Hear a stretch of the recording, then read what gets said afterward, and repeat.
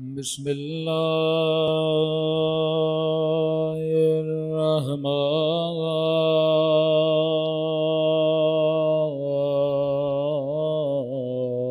الرحیم الحمد للہ رب العالمین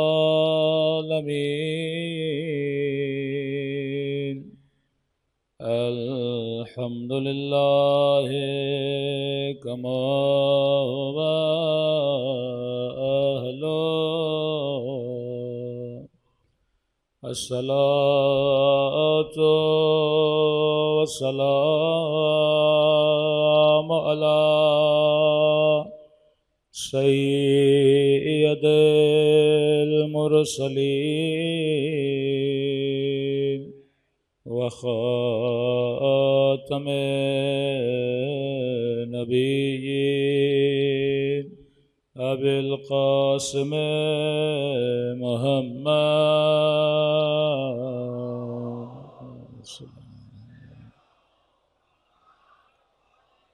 وعلی آلہ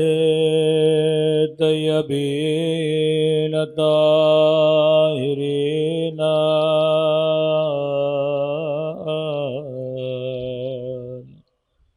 معصومین۔ سب مل کے اپنے مولا کے ظہور کی جائے۔ اللہم کل ولیک حجت ابن الحسن صلواتک علیہ وعلی آبائہ فی هذه الساعة وفي كل وليا وحافظا وقائدا وناصرا ودليلا وأنا حتى تسكنه أرضك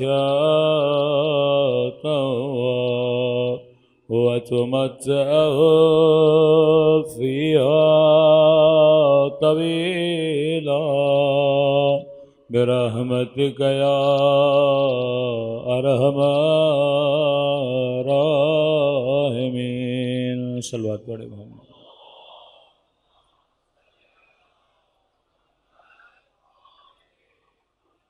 بسم اللہ الرحمن الرحیم۔ رب اشرح لی صدری ویسر لی امری واحلل عقدۃ من لسانی یفقہوا قولی۔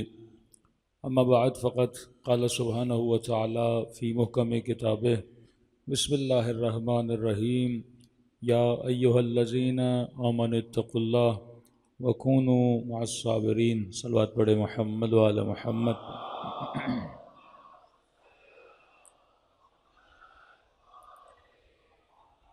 دعا ہے پروردگار عالم ہم سب کی عبادتوں کو اپنی بارگاہ عالی میں قبول فرمائے، اور جس مقصد زندگی اور طہارت کو لے کر ان مجالس میں تشریف لاتے ہیں خدا ان مقاصد میں بھی ہم سب کو کامیابیاں نصیب فرما دیں۔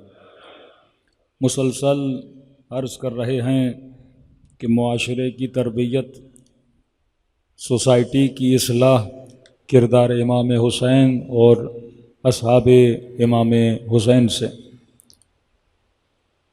کیونکہ جب تک مجلس سے تربیت نہ ہو، اصلاح نہ ہو، مجلس کی افادیت نہیں ہے۔ کہ ہم کتنی بھی کثیر تعداد میں مجالس میں شرکت کریں، لیکن شور ہو پر شعور نہ ہو تو اس مجلس کا کوئی فائدہ نہیں ہے۔ اہل بیت شور کو پسند نہیں کرتے۔ جنگ صفین میں بہت شور تھا، 30,000 کے قریب لوگ صرف کوفے سے جنگ صفین میں گئے، ہزاروں کی تعداد میں یہی کوفی امام حسن کے ساتھ لشکر میں شرکت کرنے کے لیے گئے، لیکن کبھی حسن ابن علی کو پیٹھ دکھائی، کبھی امیر المومنین کے گلے پہ تلواریں لا کے رکھ دیں کہ علی جنگ کو بند کر دو، اور کبھی خط لکھے امام حسین کو بلا کر انہوں نے پش دکھائی امام حسین کو۔ تو ایک مرتبہ انسان شور بہت کرتا ہے کہ نکلیے جنگ پہ، ہم آپ کے ساتھ ہیں، حسن ابن علی قیام کریے، ہم آپ کے ساتھ ہیں، حسین ابن علی مدینے سے آئیے، ہم آپ کے ساتھ ہیں۔ اور جب انسان آ کے میدان میں کھڑا ہو جائے اسے تک و تنہا چھوڑ کے بھاگا جائے۔ ہزاروں کی تعداد میں جناب مسلم ابن عقیل کے پیچھے کہ نماز پڑھنے کے لیے آ گئے، لیکن آخری رات جب نماز کو تمام کرتے ہیں اور مڑ کے دیکھتے ہیں کہ کوئی بھی شخص جناب مسلم کے پیچھے نہیں ہوتا، کہ آخری دنوں میں گلیوں میں جناب مسلم اس تنہائی کے عالم میں چل رہے تھے کہ کوئی ایک ہو جو دروازہ کھولے کہ جس کے گھر میں جناب مسلم جا کے پناہ لیں۔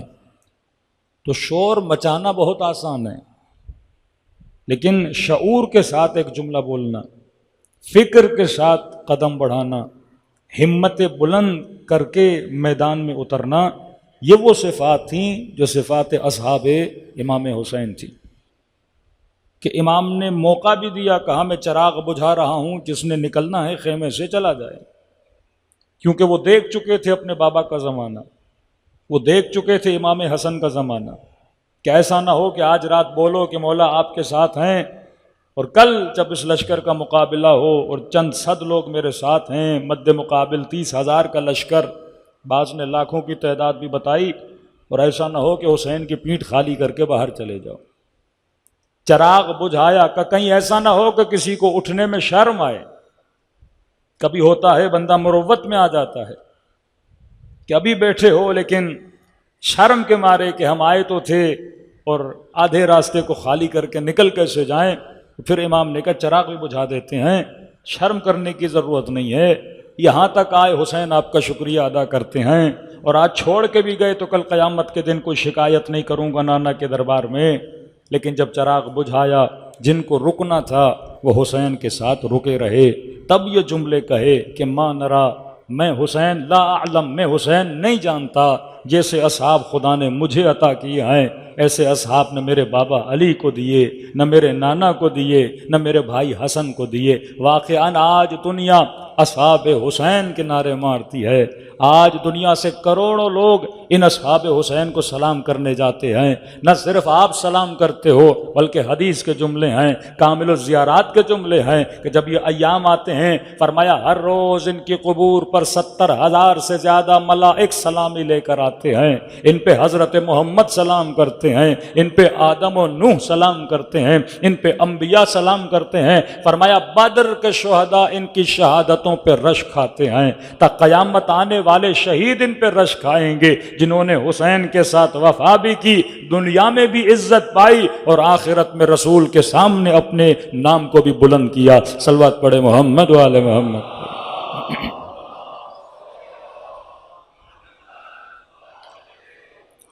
کل ہم نے جناب نافع بن ہلال کی ایک صفت بتائی تھی جو رجز پڑھتے ہوئے آگے جاتے ہیں اور یہ صفت بیان کرتے ہیں کہ انا علانیاتنا و بصائرنا، کہ ہم اگر تمہارے مقابلے میں آئے ہیں تو ایک ہدف لے کر آئے ہیں، اگر ہم تمہارے مقابلے میں آئے ہیں تو ہم صاحب بصیرت ہیں کہ تمہارے مقابلے میں آئے ہیں۔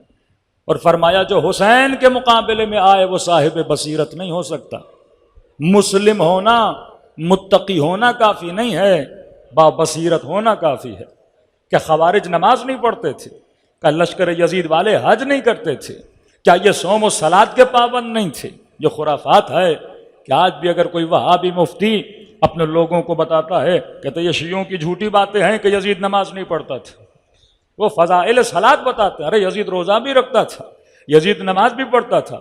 ارے بالفرض اگر تو اس کی نماز کو ثابت بھی کر لے، تو اس کے روزے کو ثابت بھی کر لے، لیکن اگر بغض علی ہے تو نہ نماز کام کی ہے نہ روزہ کام کا ہے۔ یہ تو رسول نے بہت پہلے بتا دیا تھا کہ احد کے پہاڑ جتنی خیرات راہ خدا میں دے، دن رات روزے رکھے، لیکن کہا اگر اس شخص کی محبت دل میں نہیں ہے تو نمازیں منہ پہ ماری جاتی ہیں۔ یہ جملہ کربلا میں بلند ہوا کہ لبغض ابیک، آپ کے بابا کے بغض میں جمع ہوئے ہیں۔ یہ مسلمان تو تھے پر صاحب بصیرت نہیں تھے۔ آج اسلام کو نقصان کافروں نے اتنا نہیں دیا جتنا مسلمانوں نے دیا ہے۔ اسلام کی تباہی کفار نے نہیں کی، ساری ذمہ داریوں کی جڑ ہم یہود پہ ڈال دیں کہ یہودیوں نے یہ کر دیا اور یہودیوں نے یہ کر دیا۔ لیکن جناب یہ تو بتاؤ، یہودیوں کے کہنے پہ چلا تو مسلمان، یہودیوں کے نقشوں کو امپلیمنٹ تو مسلمان نے کیا۔ یہاں بکتا کون ہے؟ مسلمان بکتا ہے۔ یہودی کو مسلم سوسائٹی میں آ کے خراب کاریاں نہیں کرتا، فتوے مسلمان دیتے ہیں، ایک دوسرے کو کافر مسلمان بولتا ہے، ایک دوسرے کو بدعتی مسلمان بولتا ہے، یہ گلوں پہ چھریاں چلانے والے مسلمان ہیں۔ جس طرح امام حسین کا سر کاٹنے کے بعد، نوک نیزہ پہ چڑھانے کے بعد اللہ اکبر کی صدائیں بلند کی گئی تھیں، آج بھی ایک مسلمان دوسرے مسلمان کو قتل کرنے کے بعد اللہ اکبر کا نعرہ مارتا ہے۔ ارے وہ نعرہ جہاں لگتا تھا بو رحمت آتی تھی۔ اگر غریب چاہتا تھا کہ میری مدد ہو تو وہ انتظار کرتا تھا کہ رسول کی فوج آئے گی، نعرہ مارے گی، مجھے امیروں کے چنگل سے، مجھے ظالموں کے چنگل سے نکالا جائے گا، کیونکہ یہ جہاں آتے ہیں رحمت کو پھیلاتے ہیں، یہ جہاں آتے ہیں رافت کو پھیلاتے ہیں، یہ جہاں آتے ہیں سوسائٹی میں اصلاح کو پھیلاتے ہیں۔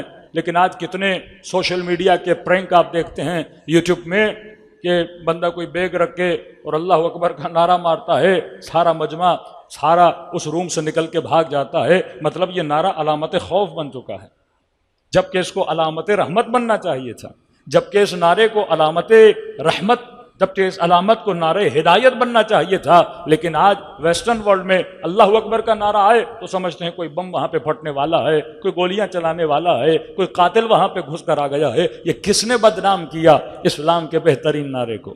کس نے اپنے جھنڈوں پہ یہ نعرہ لگا کے عراق میں لوگوں کو مارا، سیریا میں لوگوں کو مارا، بچوں کے گلے کاٹے؟ یہ کون تھے؟ یہ سارے مسلمان تھے، لیکن کون سے مسلمان؟ جو کلمہ تو پڑھتے تھے لیکن صاحبان بصیرت نہیں تھے۔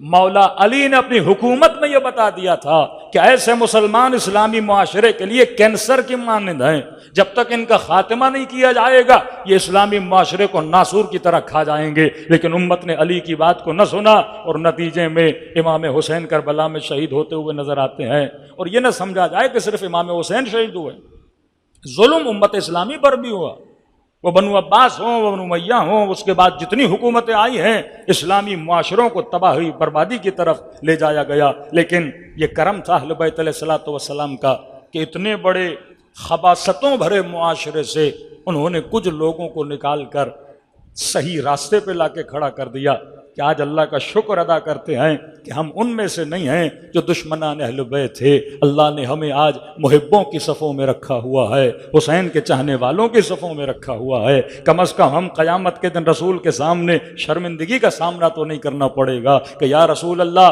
ہم نے آپ کی آل سے محبت کی تھی، جب جب حسین کا نام آیا تھا ہم نے اظہار محبت کیا تھا۔ صلوات پڑھے محمد و آل محمد۔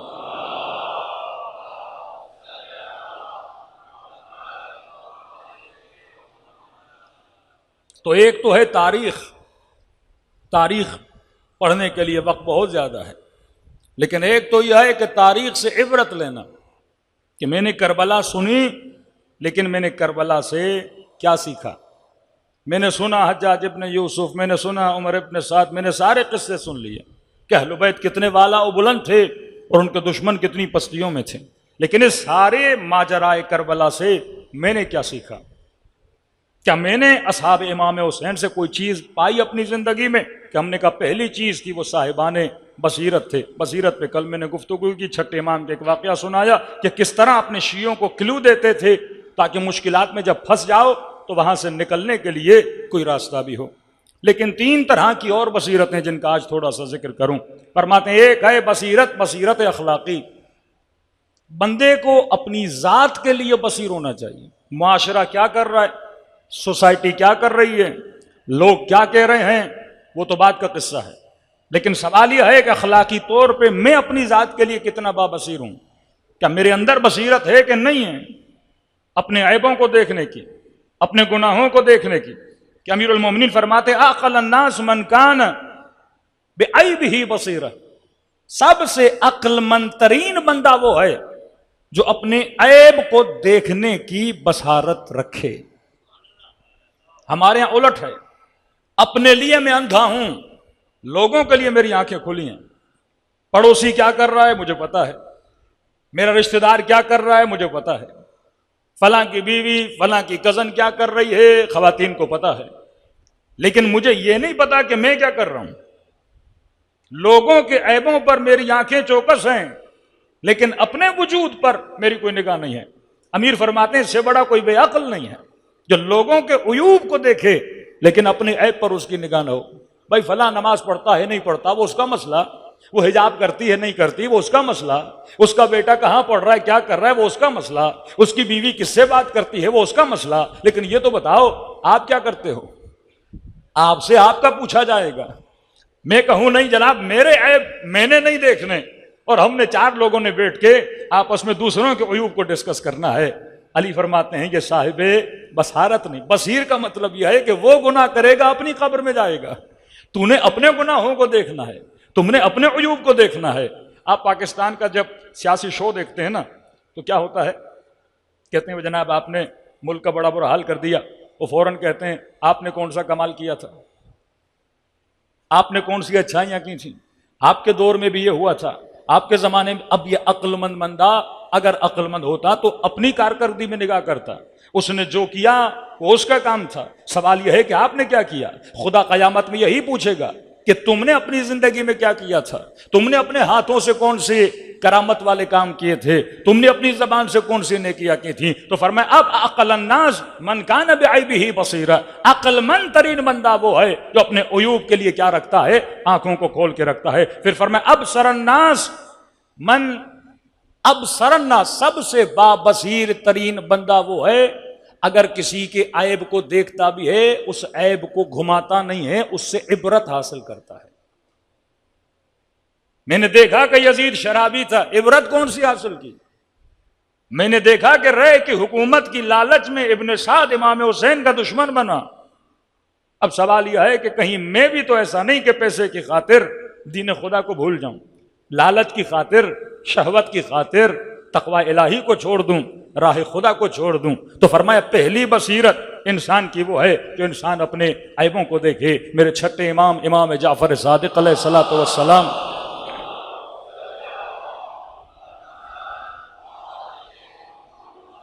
مولا کے زمانے میں حاکم وقت کے پاس ایک بندہ وزیر تھا۔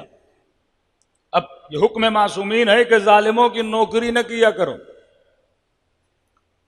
پھر کسی نے کہا مولا میں دو طرح کے مسئلے، مولا حاکم ہے تو ظالم کیا کسی بھی صورت میں کام نہیں کر سکتا؟ امام نے فرمایا ایک صورت میں کر سکتے ہو، اس نیت سے نوکری کرو کہ ہمارے چاہنے والے اور علی کے شیعوں کی مدد کرو۔ اگر آپ ظلم کے سسٹم میں ہو، چار شیعوں کو، چار اہل بیت کے چاہنے والوں کو پکڑ کے لایا جاتا تھا، کبھی قاضی القضات کے پاس، کبھی زندان میں۔ اب ظاہر اپنا بندہ ہوگا تو تھوڑی کیا کرے گا، ان کی مدد۔ اس نیت سے اگر کام کرو تو نوکری جائز ہے ورنہ حرام ہے۔ اس نے مولا کو خط لکھا کہ مولا میں توبہ کرنا چاہتا ہوں، میں نے بڑی نوکری کر دی ہے ظالم پر۔ امام نے کہا اب بصیر بنا، اسے احساس گناہ ہوا، اسے احساس خطا ہوا کہ واقعاً میں غلطی کر رہا تھا، کسی ظالم کے پاس نوکری کر رہا تھا۔ امام نے کہا ایک شرط ہے، اب بابصیر تو بنے ہو لیکن اس شرط پہ عمل کرو تو خدا معاف کر دے گا۔ مولا کون سی شرط ہے؟ فرمایا جتنا حرام کاریوں سے پیسہ جمع کیا ہے وہ غریبوں کو پلٹا دو۔ یہ پرانی کہانیاں ہیں، زمینوں پہ قبضہ، لوگوں کے مال پہ قبضہ، ٹیکسوں کی چوری کرنا، غریبوں کے مال سے دولت بنانا، بنگلے بنانا، گھر بنانا، سرکاری لوٹ مار، یہ قصے بہت پرانے ہیں، اسی زمانے سے چلتے ہوئے آ رہے ہیں۔ امام نے کہا واپس کرو تو خدا معاف کر دے گا۔ اس کے پاس جتنی دولت تھی، جتنا پیسہ تھا، اس کو پتا تھا میں نے کس راستے سے کمایا ہے، اس نے غربا میں تقسیم کیا، سارا تقسیم کر دیا۔ کسی نے میرے چھٹے امام کو بتایا مولا وہ بیمار ہو گیا ہے، گھر میں لگ رہا ہے اس کی آخری لمحات ہیں، دنیا سے جانے والا ہے۔ میرے چھٹے امام نے اس کی طرف خط بھیجا اور لکھا کیونکہ تو بابصیر بنا اور بصیرت کی نشانی یہ تھی جو تم نے کیا تھا، تم نے اس کا ازالہ بھی کیا، غریبوں میں تقسیم کر دیا کہ اب میں جعفر صادق لکھ کر دے رہا ہوں کہ اللہ تجھے جنت میں گھر عطا کرے گا، ضمانت دے رہا ہوں کہ تو جنتی ہے، کیونکہ تو کیا بنا تھا؟ بابصیر بنا تھا۔ اب سرنا سب سے بابصیر بندہ وہ ہے عیب کو تلاش کرے، تلاش کرنے کے بعد عیب کو دور کر دے۔ اب ہر بندے کی اپنی اپنی کمزوری ہے نا، کسی کی کمزوری نگاہ حرام ہے، کسی کی کمزوری پیسہ ہے، کسی کی کمزوری عورت ہے، کسی کی کمزوری نشہ ہے، کسی کی کمزوری شہرت ہے، کسی کی کمزوری فوٹو ہے، ہر بندے کی اپنی کمزوری ہے، کوئی دکھنا چاہتا ہے۔ ہر بندہ اس معاشرے میں جو چل رہا ہے، اب یہ میں نے ڈھونڈنا ہے کہ واقعاً میرا عیب کیا ہے، وہ کون سی پوائنٹ ہے جہاں پہ میں پھسل جاتا ہوں، ان چیزوں کو میں نے کنٹرول کرنا ہے۔ تقویٰ کا مطلب کیا ہے؟ اپنے نفس کو مینیج کرنا۔ مجھے مینجمنٹ آنی چاہیے کہ اپنے نفس کی مینجمنٹ کو کیسے سنبھالوں، کیونکہ نفس کبھی کھانے کے پیچھے، نفس کبھی حسن کے پیچھے، نفس کبھی شہرت کے پیچھے، نفس کبھی نام و نمود کے پیچھے، نفس مختلف چیزوں کے پیچھے دوڑتا ہے۔ اب یہاں پہ میں نے نفس کو مینیج کرنا ہے۔ جو بہترین مینیجر ہے وہ متقی ہے، اور جب متقی بنتا ہے تو خدا اس کے دل میں نور کو نازل کرتا ہے، اور جب نور اس کے دل میں آتا ہے اسے راہ حقیقت کو خدا دکھا دیتا ہے۔ تو فرمایا بصیرت کی آنکھیں پیدا کرو۔ ابتدا کہاں سے کرو؟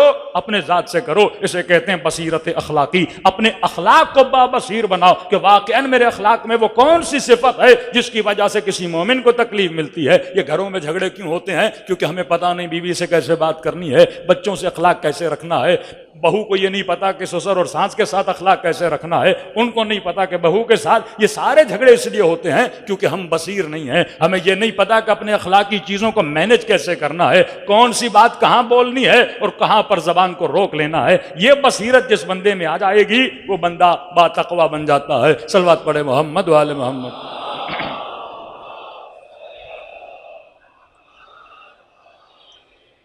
یہاں پہ معصوم ایک جملہ فرماتے من جالس العلماء استبصر، جو علماء کی محفل میں بیٹھتا ہے وہ بابصیرت بن جاتا ہے، جو جاہلوں کی محفل میں بیٹھتا ہے اس کی بصیرت ختم ہو جاتی ہے۔ 24 گھنٹہ جوان اگر صرف سوشل میڈیا پہ بیٹھا رہے، خواتین ڈراموں کی سیریز پہ بیٹھی رہیں، بصیرت کہاں سے آئے گی؟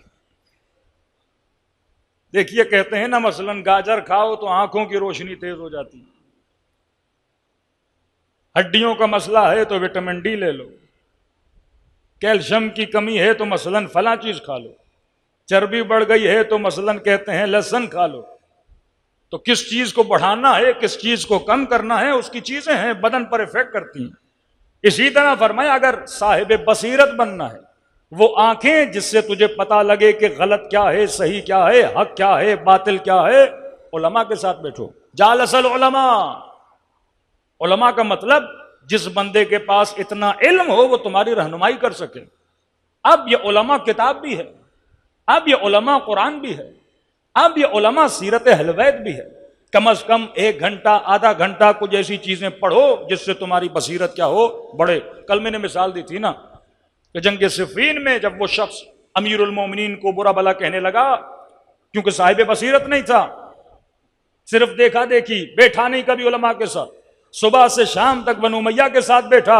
اب جن کے ساتھ بندہ بیٹھتا ہے انہی کے رنگ میں رنگ جاتا ہے۔ اور جب امام کے صحابی نے اسے کہا کہ کیوں گالیاں دے رہے ہو علی ابن ابی طالب کو، کہا صاحبکم لم یصلی، مجھے بتایا گیا ہے کہ تمہارا مولا نماز نہیں پڑھتا۔ صاحبکم قاتل العثمان، تمہارے مالک نے عثمان کو قتل کیا ہے۔ اس کو پکڑ کے لایا، عمار سے ملایا، عمار کے بعد اس کو لے گیا اویس قرن کے پاس، کہ دیکھ یہ زہاد 4 میں سے ہے۔ کچھ ایسے رسول خدا کے چاہنے والے تھے جن کو لقب ملا زہاد 8 ایسے جن کی عبادت مشہور تھی۔ اویس قرن پوری رات ایک رات سجدے میں، 1 رات رکوع میں، کہا جو بندہ یمن سے اٹھ کے آیا اور عاشق عبادت ہے، کیا کسی ایسے کے لشکر میں جائے گا جو نماز نہیں پڑھتا؟ تمہاری عقل پر پردے پڑ چکے ہیں۔ یمن سے سفر کر کے آیا جنگ صفین میں، اگر اسے پتا ہوتا کہ علی نماز نہیں پڑھتا تو اویس قرن علی کے لشکر میں ہوتا۔ کیوں امیر المؤمنین جنگ کو روک کے وقت نماز ہوتا ہے نماز پڑھتے؟ ابن عباس کہتے ہیں مولا نماز کا وقت نہیں، امیر الفرماتے ہیں یہ جنگ میں حفظ بقاء نماز کے لیے تو لڑ رہا ہوں۔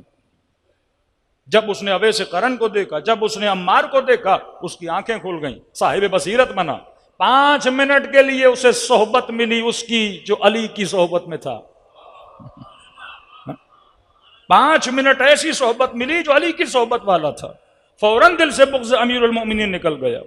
کتنا اثر ہے مجالس امام حسین کا، یہ صحبت حسین ہے، یہ کلام حسین ہے، یہ اثر ابی عبداللہ الحسین ہے۔ فرمایا جالس العلماء، جو علماء کے ساتھ بیٹھتا ہے وہ بابصیر بن جاتا ہے۔ اب قرآن کی آیت سورہ حدید 128، یا ایھا الذین آمنوا اتقوا اللہ وآمنوا برسولہ یأتکم کفلین من رحمہ ویجعل لکم نورا۔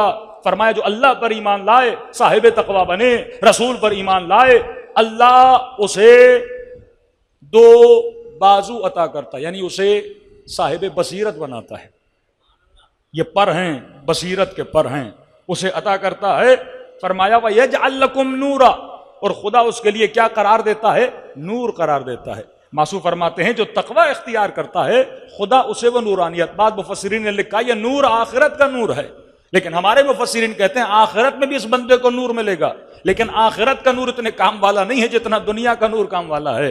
یہ نور یہاں ملے گا، مطلب اسے وہ ٹارچ، اسے وہ روشنی خدا دے گا جہاں سے یہ راہ کو پہچان سکے گا کہ میں نے یزید کے لشکر میں جانا ہے یا میں نے حسین کے لشکر میں جانا ہے، میں نے صفین میں علی کے مقابلے میں جانا ہے یا علی کا ساتھ دینا ہے۔ وَيَجْعَلْ لَهُ مَخْرَجًا کہیں پر ہے وَيَجْعَلْ لَهُ فُرْقَانًا، خدا اس کے لیے ایک راستہ بنائے گا، خدا اسے یہ بتائے گا کہ حق کیا ہے باطل کیا ہے۔ یہ وہی لوگ ہیں جو صاحبان بصیرت ہیں۔ ایک مرتبہ آپ کے اندر یہ صلاحیت پیدا ہو گئی، پھر آپ کبھی بھی باطل کے راستے پہ نہ چلیں گے، ہمیشہ حق کی راہ پہ گامزن رہیں گے۔ صلوات پڑھے محمد وآل محمد پر۔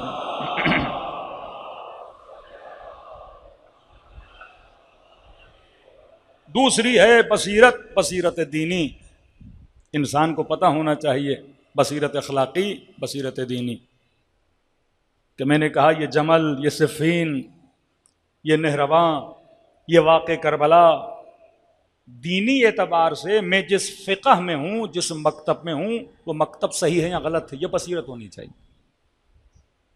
کہ آج واقعاً مسلمان کو نہیں، نہ مسلمان سوچتا ہے کہ میں نے مفتی ہمدرد کی ایک بات کی تھی آپ کی خدمت میں اس دن، کوئی بڑا اچھا سوال اٹھاتا ہے، کہتا ہے یہ ہمیں کس نے کہا کہ ہم صرف ابو حنیفہ کے فقہ کو ہی فالو کریں؟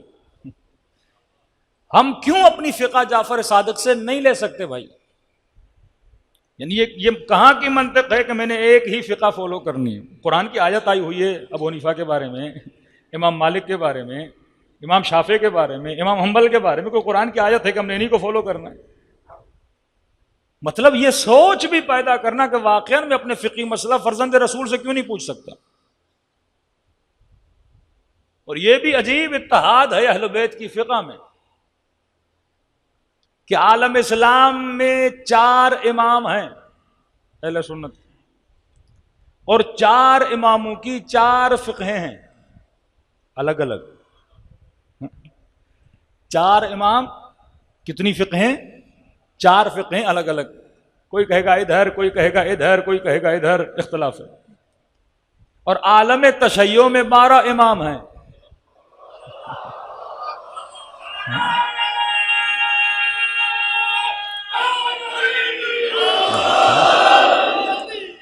یہ بندہ صاحب عقل ہو تو پوائنٹ پکڑتا ہے۔ عالم تشیع میں 12 امام ہیں اور 12 کی 12 فقہ ایک پائی جاتی ہے، تو بندے کو اطمینان وہی ہونا چاہیے نا جہاں اتحاد زیادہ ہے۔ 4 امام ہیں، فتاوا میں اختلاف ہے، یہاں 12 امام ہیں، فتاوا ایک ہیں۔ جیسی نماز علی نے پڑھی ویسی حسن نے پڑھی، ویسی حسین نے پڑھی، ویسی زین العابدین نے پڑھی، 12 کے 12 نے ایک نماز پڑھی۔ اور ہمارا جو سلسلہ ہے یہ تمام تر کاتبین حدیث کہتے ہیں سلسلۃ الذہب، سونے کا سلسلہ۔ امام رضا کی وہ حدیث ہے نا نیشاپور میں کہ کلمۃ لا الہ الا اللہ حصنی، کہتے ہیں اس حدیث کا جو سلسلہ ہے وہ کون سا ہے؟ سونے کا سلسلہ۔ سونا کیوں؟ کیونکہ بیچ میں کوئی بھی غیر ہاشمی راوی نہیں ہے۔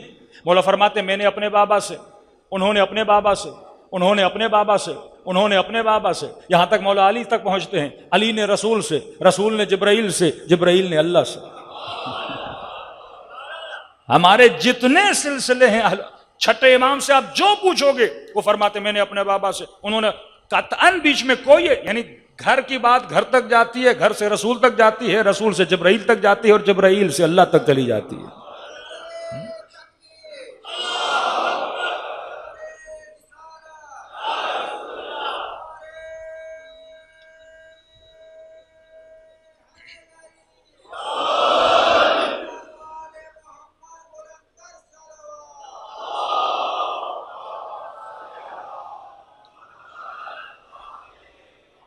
یہ بصیرت ہو کہ جناب میں نے کس دین کا انتخاب کرنا ہے۔ آج جوان یونیورسٹی میں جاتا ہے، پچھلے زمانوں میں کبھی اوشو کا فتنہ آیا، کبھی کانٹ، کبھی ڈیکارٹ، مختلف چیزیں جوانوں کے ذہنوں میں، بچیاں جاتی ہیں یونیورسٹیز میں، ان کو یہ حقوق النسوان کے نام سے ان کو گمراہ کر دیا جاتا ہے، اسلام کی یہ چیز اس عورتوں کے خلاف ہے، اسلام کی یہ چیز عورتوں کے خلاف ہے۔ اب سب سے پہلے جو بغاوت ہوتی ہے وہ دماغ کرتا ہے۔ جب دماغ دین کے لیے باغی ہو جاتا ہے تو بندہ اللہ سے دوری اختیار کرنا شروع۔ پہلے آپ نے بچے کے دماغ کو مطیع بنانا ہے۔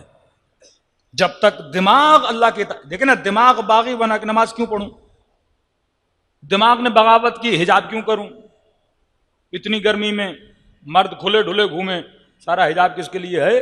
ہمارے لیے ہے۔ دماغ جب بغاوت کرنا شروع کر دیتا ہے، یہ پہلی بغاوت یہاں سے شروع ہوتی ہے۔ تبھی فرمایا اپنے بچوں کو، اپنی نسلوں کو صاحب حکمت بناؤ۔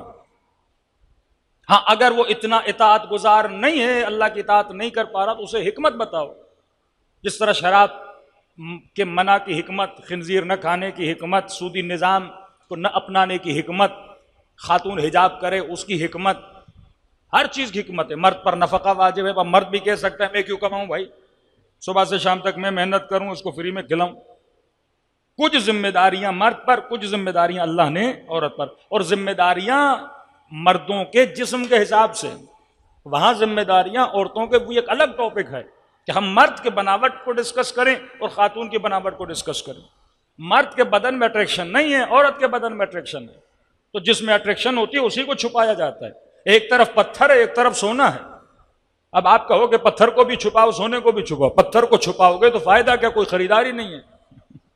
یہ چھپانا تو سونے کو ہے جو چیز چوری ہو جاتی ہے۔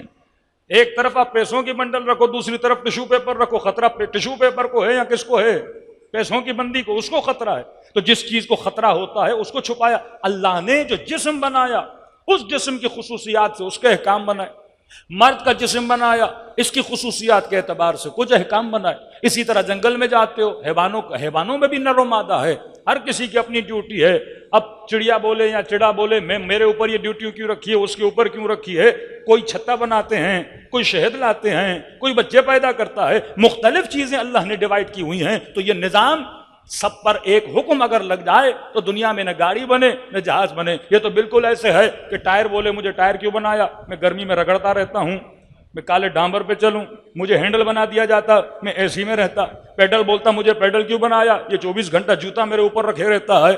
اب باہر کسی کو پیڈل بننا ہے، کسی کو ہینڈل بننا ہے، کسی کو ٹائر بننا ہے، تب جا کے گاڑی بنے گی۔ اب عورتیں بھی بولے کہ ہم بھی کمائیں گی، مرد بھی بولے کہ میں بھی کماؤں گا، اب دونوں کمانے پہ لگ جائیں پھر بچوں کا تو انا للہ و انا الیہ راجعون ہو جاتا ہے۔ جناب عورت 24 گھنٹہ کما نہیں سکتی، ظاہر ہے ماہواری کے مسائل ہیں خواتین کے، ان دنوں میں کام کرنا مسئلہ ہو جاتا ہے۔ خاتون پریگننٹ ہو جاتی ہے، ان دنوں میں کام کرنا اس کے لیے مسئلہ ہو جاتا ہے، پھر تو پورا سال چھٹیوں میں ہی سارا گزر جائے گا۔ کچھ کام ہے ہارڈ ورک ہوتے ہیں وہ مردوں کے ہیں، کچھ کام سافٹ ورک ہیں وہ عورتیں کر سکتی ہیں۔ تو اللہ نے ایک نظام بنایا ہے، مرد کی اپنی ذمہ داری رکھی، عورت کی اپنی ذمہ داری۔ یہ دین حکمت ہے۔ جب آپ حکمت سے دور ہو جاتے ہو تو پورا معاشرہ تباہ و برباد ہو جاتا ہے۔ آج ویسٹرن ورلڈ میں اتنے انہوں نے وومن رائٹس کو بڑھا دیا، اتنے رائٹ، مثلا عورت مرد سے الگ ہو جائے تو مرد کی آدھی ملکیت خاتون کے پاس چلی جاتی ہے۔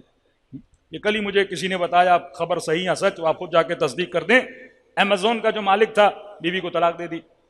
وہ کہتے ہیں جو دنیا کے 10 امیر ترین لوگ ہیں اس میں اس کی بیوی بھی آ گئی فری میں۔ اس نے اتنا کمایا، بیوی نے طلاق لی، آدھی کی آدھی ملکیت اس کی بیوی کے پاس چلی گئی۔ اب ویسٹرن ورلڈ کے مرد شادی نہیں کرتا، اس نے ایک نیا فارمولا نکالا ہے، لیونگ ساتھ رہیں گے پر شادی لیگل شادی نہیں کریں گے. وہ کہتا ہے جب تک دل کیا تم بھی اپنا کماؤ میں بھی اپنا کماؤں, مزاج ملا رہیں گے, جب دل نہ کیا تو الگ ہو جائیں گے, کم از کم میرا پیسہ میرے پاس, تیرا پیسہ تیرے پاس. جب آپ ایسے غیر فطری قوانین بناتے ہو تو لوگ کیا کرتے ہیں, پھر بغاوت کرتے ہیں, پھر شارٹ کٹ ڈھونڈتے ہیں. تو اللہ نے جتنے احکام بنائے وہ انسان کی سائیکولوجی, انسان کی مینٹلٹی, انسان کی باڈی کی بناوٹ کو دیکھ کر خدا نے احکام بنائے ہیں. جب آپ کہتے ہو نا لا الہ الا اللہ, میرا بنانے والا خدا ہے, جب خدا نے مجھے بنایا ہے تو خدا کو میرے بدن کا مجھ سے زیادہ پتا ہے. کہ جب آپ دعائے کمیل میں پڑھتے ہو نا کہ یا رب ارحم ضعف بدنی, اے خدا میرے ضعیف بدن پر کیا فرما, رحم فرما. پھر کہتے یا من بدأ خلقی و ذکری و تربیتی, اے وہ خدا جس نے میری خلقت کی ابتدا کی, مطلب تو مجھ کو مجھ سے بہتر جانتا ہے کہ میں تیرا کتنا ضعیف بندہ ہوں. تو نے میری ہڈیوں کو بنایا, تو نے میرے گوشت کو بنایا, تو نے میری کھال کو بنایا, تو لہٰذا تجھے پتا ہے کہ میرا بدن کتنا ضعیف ہے. اور جب تو جانتا ہے میرا بدن اتنا ضعیف ہے, اب یہ بتا جب یہ بدن تیرے دنیا کی تکلیف کو برداشت نہیں کر سکتا تو تیرے جہنم کی آگ کو کیسے برداشت کرے گا. شب جمعہ دعائے کمیل کے دن بھی ہیں.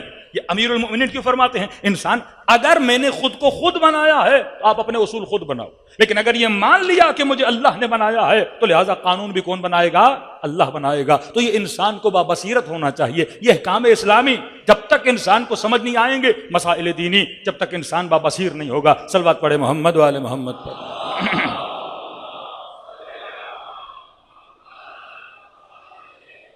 تیسری بصیرت ہے بصیرت سیاسی. جب تک سیاسی اعتبار سے ہم بابصیر نہیں بنتے. دین کون سا اختیار کرنا ہے, کئی لوگ ہیں جو مکتب اہل بیت میں الحمدللہ رب العالمین شامل ہو رہے ہیں, کیونکہ جیسے جیسے بصیرت معاشرے میں بڑھے گی, امیر المومنین کا علم, امیر المومنین کی شجاعت, امام حسین کی حقانیت کا پتہ چلے گا, لوگ دوڑتے ہوئے آئیں گے, اس مکتب میں داخل ہوتے جائیں گے. بصیرت دینی. لیکن بندہ دیندار بنا, با اخلاق بنا, متقی بنا, لیکن اگر سیاسی اعتبار سے بابصیر نہ ہو. آج پاکستان میں بصیرت سیاسی زیرو پر ہے, وہ شیعہ کی ہو سنی کی ہو. کہ سیاستدان تب تک مولوی کا احترام کرتے ہیں جب تک وہ سیاست میں نہیں ہوتا. بچوں کے نام ان کے طاہر القادری نے رکھے, لیکن جب سیاست میں آیا تو گالم گلو شروع ہو گئے. منافع سیاسی یہ صرف مکتب اہل بیت میں ہے کہ اہل بیت کے مکتب میں ان کی عوام نے سیاست کا ٹھیکیدار مولویوں کو بنایا. ورنہ اہل سنت میں آپ وسیع تر نگاہ میں دیکھیں کہ کبھی بھی انہوں نے اپنے مولویوں کو سیاست میں سپورٹ نہیں کیا.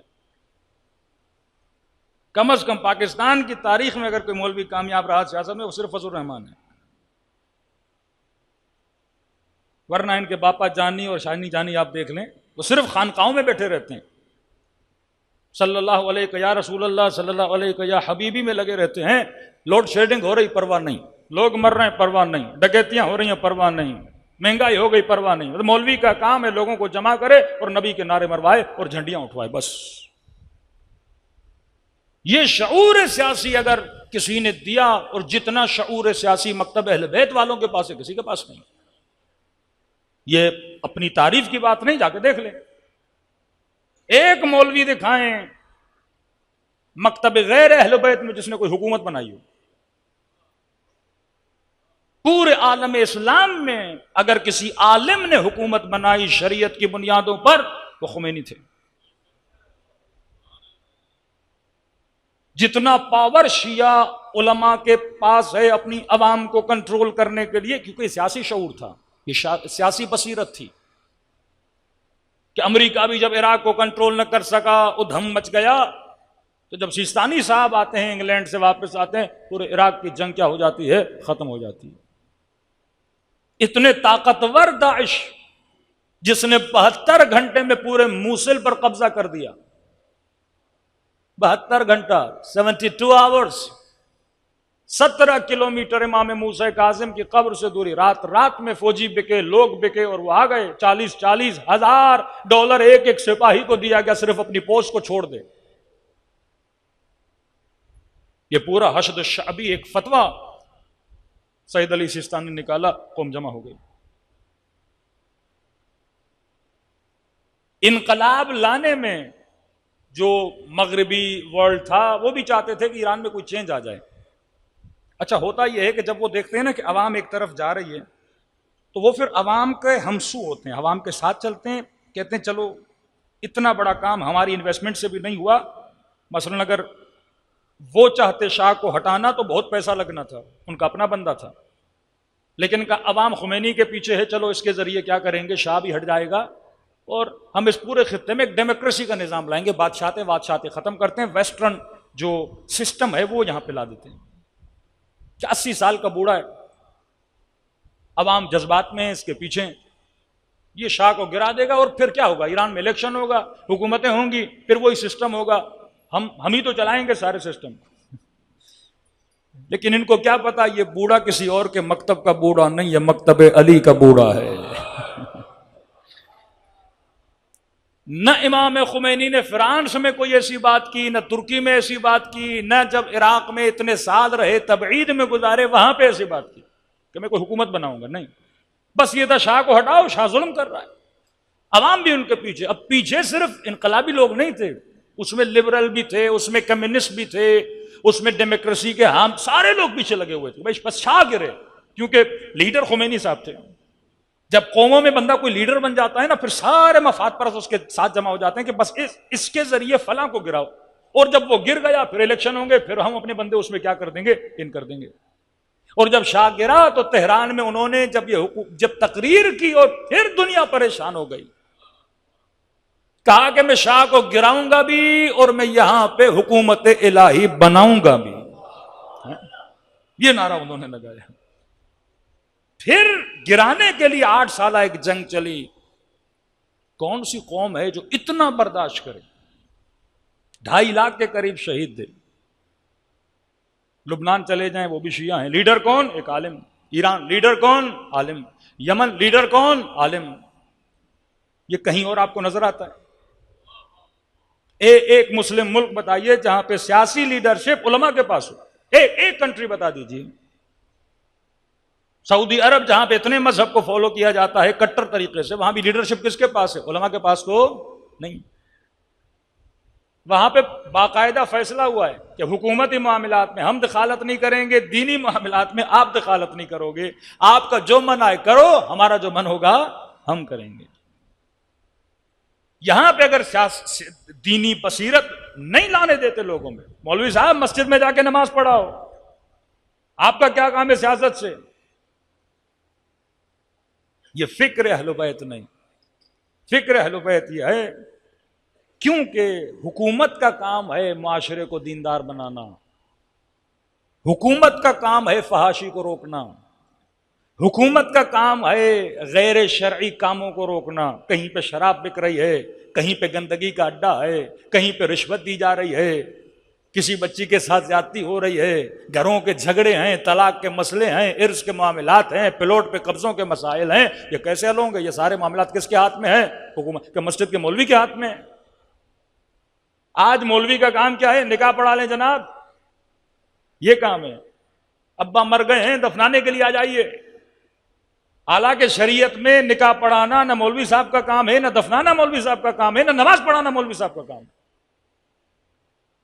کوئی بھی بندہ جس کی قرأت صحیح ہے، گنہگار نہیں ہے، وہ نماز پڑھا سکتا ہے. نکاح کے لیے تو تاکید خاتون خود اپنا نکاح پڑھے. یہ تو ہم نے ایک رسم نکال دی ہے کہ عربی نہیں آتی لہذا مولوی صاحب آ جائیے، ایک ہم نے کام بنا دیا مولویوں کے لیے. منتھلی فیس نہیں ملنی، اب لہذا نکاح کے بہانے مولوی صاحب کو کچھ دے دیا، مردے کے بہانے مولوی صاحب کو کچھ دے دیا. ایک ہم نے خاص شعبہ بنایا مولویوں کا. حالانکہ مستحب ہے کہ نکاح عورت خود، جناب ختیجۃ الکبریٰ نے اپنا نکاح خود پڑھا تھا. ہمارے حضرت ابو طالب نے خطبہ پڑھا تھا، خطبۃ النکاح ابو طالب نے پڑھا. لیکن جو عبارات نکاح ہیں وہ جناب ختیجۃ الکبریٰ نے خود پڑھی ہیں. 2 ہی لفظ ہیں، عورت دعوت دیتی ہے، بات ختم ہو جاتی ہے. لیکن ہمارے یہاں جو وہ بھی ایک شرعی روش ہے، عورت کہتی ہے میں نہیں پڑھنا چاہتی، میں فلاں مولوی صاحب کو وکیل بناتی ہوں. داماد کہتا ہے چلو میں بھی نہیں پڑھتا، میں فلاں مولوی صاحب کو، اب دو مولانا وکیل بن کے نکاح پڑھتے ہیں، حالانکہ وہ بھی نکاح کس کا پڑھتے ہیں؟ خاتون کی طرف سے پڑھتے ہیں کیونکہ نکاح عورت کا ہو رہا ہے، عورت پڑھے گی، مولوی صاحب کا کیا جائے۔ جنازے کے ہر مسلمان کو علم ہونا چاہیے کہ جنازہ کیسے دفن ہوتا ہے۔ کہیں پہ سفر میں انتقال ہو گیا، کوئی مولوی صاحب نہیں مل رہا اور آپ کہو گے مجھے پتہ ہی نہیں جنازہ کیسے ہوتا ہے۔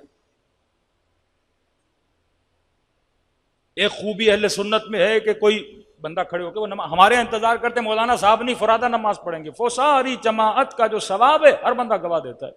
بھائی جس کو قرأت آتی آگے کھڑے ہو جائے نماز پڑھائے، لیکن نہیں، ہم نے ہر کسی کو اتنا برا بنایا ہوا ہے، اس کے پیچھے نماز پڑھو۔ بھائی نماز ہے اور کیا ہے، بزنس نہیں کرنا آپ کس کے ساتھ، رشتہ داری نہیں کرنی اس کے ساتھ، قرأت صحیح ہونی چاہیے، اچھی شہرت ہونی چاہیے۔ مطلب یہ نہ ہو کہ پتہ ہو زانی ہے، شرابی ہے، ایسا بندہ نہ ہو، اچھا نام والا بندہ ہو جسے آگے کھڑا کرو ہر بندہ نماز پڑھ سکتا ہے۔ اصل علماء کا کام کیا تھا؟ معاشرے کی تربیت، یہ عالم کا کام تھا، معاشرے کے اندر اخلاقی برائیوں کو نکالنا۔ وہ ذمہ داری جو مراجع نے بتائی، وہ ذمہ داری جو نظام اسلامی نے بتائی، لیکن اس کے اگینسٹ ایک معاشرہ تھا جو بے بصیرت معاشرہ تھا۔ انہوں نے کہا نہیں، ہم مسجدیں سنبھالیں گے، حکومت یزید چلائے گا، ہم کو لوگوں کو قرأت قرآن سکھائیں گے، لیکن حکومتی معاملات، زکوٰۃ کو جمع کرنا، یہ جائیں حکمران جانے، اس کا سارا پیسہ حکمرانوں کے پاس۔ اب اس کی مرضی، وہ پیسے سے کبھی عیاشی کر رہا ہے، کبھی دربار بنا رہا ہے، کبھی کنیزیں خرید رہا ہے۔ وہ بیت المال کی لوٹ مار ہوئی، معاشرے میں اتنا فساد ہوا کہ پھر معاشرے میں خلیفہ کشی شروع ہو گئی، لوگوں نے خلیفوں کو مارنا شروع کر دیا۔ امام حسین اسی فساد کے خلاف نکلے، تبھی اہل بیت نے معاشروں کی ذمہ داری یا خود لی یا اپنے پڑھے لکھے اصحاب کو دی، یا کسی کو نائب عام کہا یا کسی کو نائب خاص کہا۔ صلوات پڑھے محمد و آل محمد۔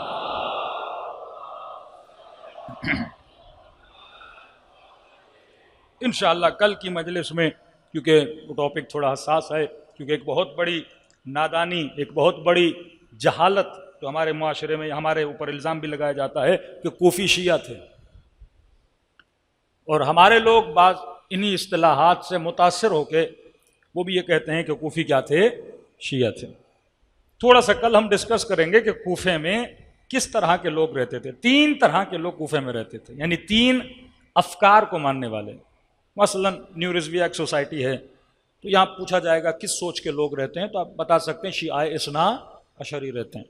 ایک سوسائٹی مکس ہے، آپ بولو گے نہیں، شیعہ بھی رہتے ہیں، اہل سنت بھی رہتے ہیں۔ ایک سوسائٹی بولیں گے شیعہ بھی رہتے ہیں، سنی بھی رہتے ہیں، اسماعیلی بھی رہتے ہیں، مثلا بحیرہ بھی رہتے ہیں، مطلب 4 گروہوں کی سوسائٹی ہے۔ اسی طرح اگر تاریخ کو پڑھا جائے، بڑی بڑی کتابیں اس پہ لکھی گئی ہیں کہ واقعاً کوفے کی سوسائٹی کیسی سوسائٹی تھی، کس فکر کے رہنے والے لوگ کوفے میں رہتے تھے، اور ان کے تھوڑے ہم نام بھی بتائیں گے، کچھ افراد کا ذکر بھی کریں گے، اور تاریخی شواہد بھی بتائیں گے، تاکہ یہ بات کلیئر ہو جائے کہ کوفے میں شیعہ تھے یا شیعہ نہیں تھے۔ اور یہ الزام بعض ہمارے نادان مولانا حضرات بھی لگاتے ہیں کہ بھائی شیعوں نے امام حسین کو کیا کر دیا؟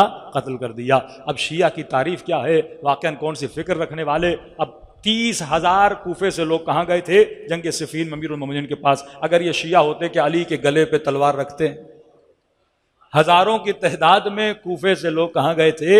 امام حسن کے پاس۔ امام حسن کے پاؤں سے مسلح کھینچا۔ تو یہ عجیب مزاج کے کچھ لوگ تھے جو کبھی ادھر جاتے تھے کبھی ادھر جاتے تھے، اس کے ہم شواہد بھی دیں گے۔ اور اس کی شواہد میں جناب زہیر کی سب سے بڑی مثال ہے کہ جب زہیر کربلا کے میدان میں جاتا ہے تو لشکر یزیدی کہتے ہیں ارے تو عثمانی مکتب کا تھا، علی کے مکتب میں کیسے چلا گیا؟ اب ایک مکتب کا نام لیا جا رہا ہے۔ جب امام حسین مخاطب کرتے ہیں لشکر کو، کہتے ہیں یا شیعۃ آل ابی سفیان، ایک مکتب کا نام بتا رہے ہیں، اے آل ابو زیاد، اے آل ابو سفیان کے شیعو، تو میرے مقابلے میں آئے ہوں۔ اور جناب نوفل جب مقابلے میں جاتے ہیں تو وہ جب اپنا اعلان کرتے ہیں، کہتے ہیں کہ نحن شیعۃ علی بن ابی طالب، ہم کس کے شیعہ ہیں؟ علی بن ابی طالب کے شیعہ ہیں۔ تو اس زمانے میں لوگ خود کو کہتے تھے کہ ہم کس کے شیعہ ہیں، اور وہ بھی بتاتے تھے کس کے شیعہ ہیں۔ وہ 3 گروہ ہیں کوفے کے شہر میں۔ کوفے کی آبادی کتنی تھی؟ کوفے کے شہر کو سب سے پہلے بنایا، رسول خدا کے زمانے میں کوفہ نہیں تھا، کوفے کو کسی اور نے بنایا تھا۔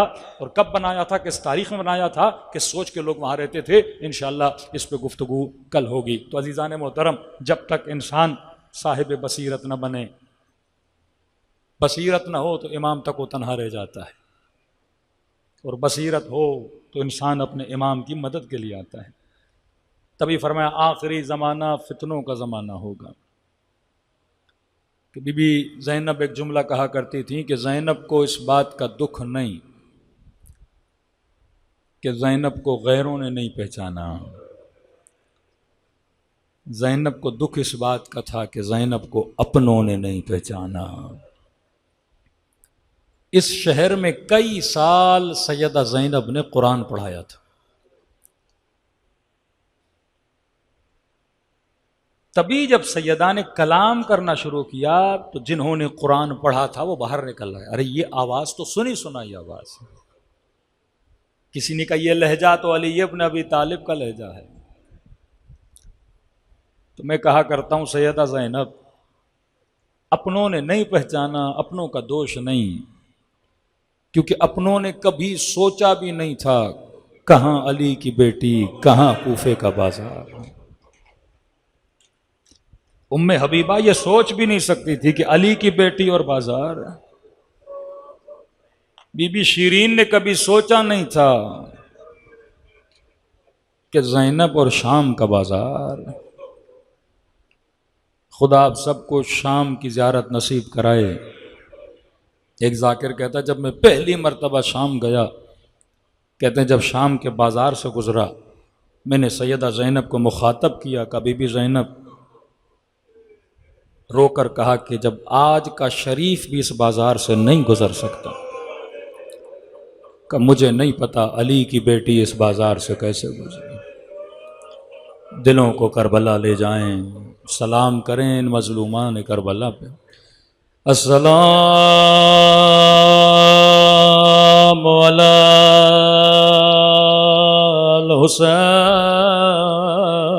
الحسین وعلی علی ابن الحسین وعلی اولاد الحسین وعلی اصحاب، سب مل کے السلام علی وعلی علی ابن وعلی اولاد وعلی اصحاب، میرا سلام ہو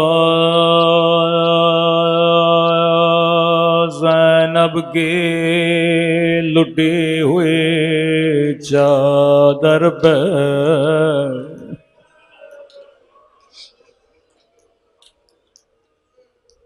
واللہ اگر کربلا میں زینب نہ ہوتی حسین کو حوصلہ کون دیتا؟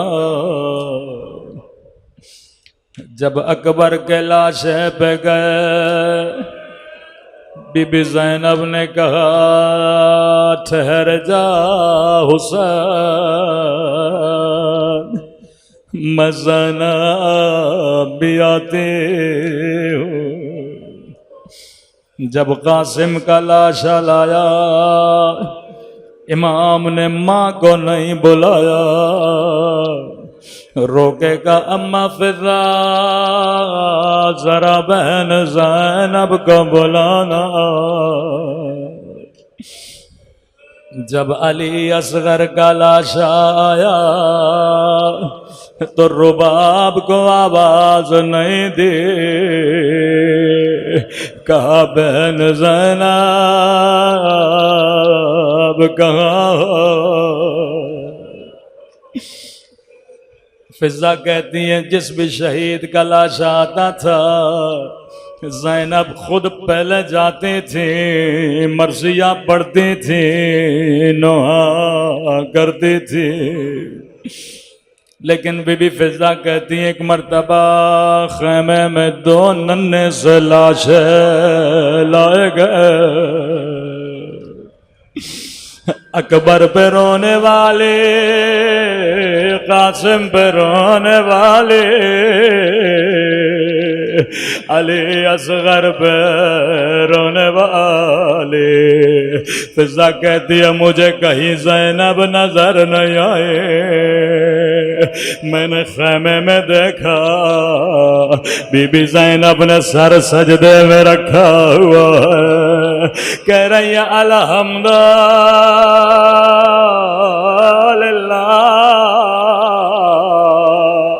اے خدا تیرا شکر ہے تو نے زینب کی قربانی قبول کی۔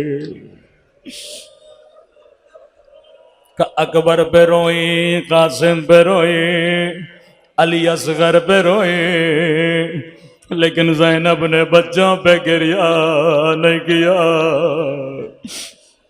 قافلہ کوفے کی طرف روانہ ہوا، کہ پورے سفر میں کبھی عباس کے سر کو دیکھ کے روتی تھی، کبھی حسین کو بڑی حسرت سے دیکھتی تھی۔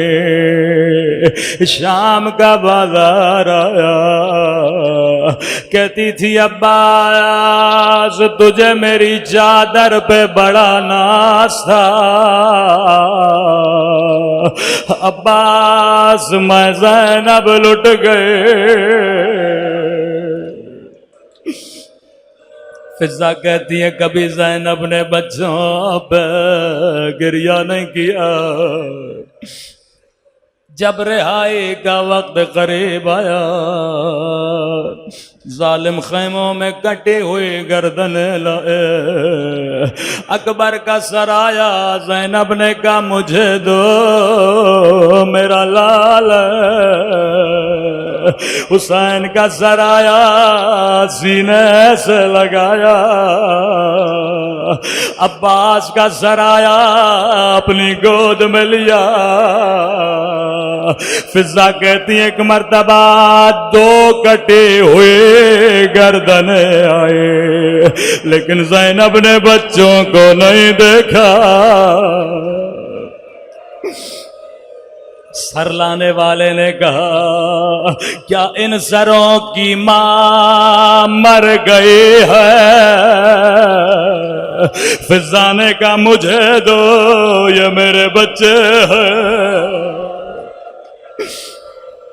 کہ آقا زادے کربلا سے کوفہ، کوفہ سے شام، میں نے نہیں دیکھا کہ بچوں کو گود میں لے کے گریہ کرو۔ روکے کا آقا زادی کیا بچوں سے ناراض ہو؟ بی بی زینب نے کہا اماں فضا میں علی کی بیٹی ہوں، زینب جو ایک مرتبہ دے دے پھر واپس نہیں لیتے۔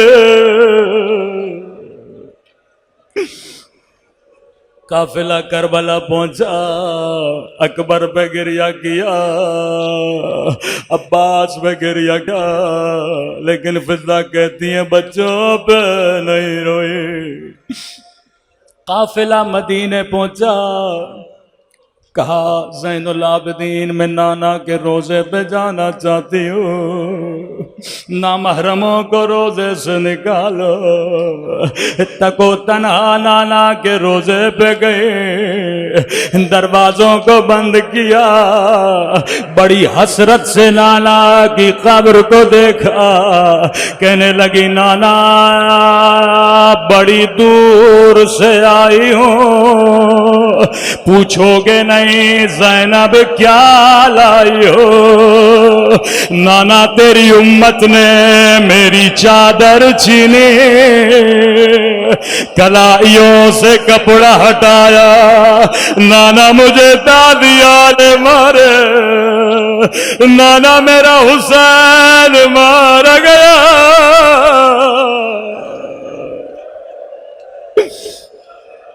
لیکن زینب نے بچوں پہ گریہ نہیں کیا۔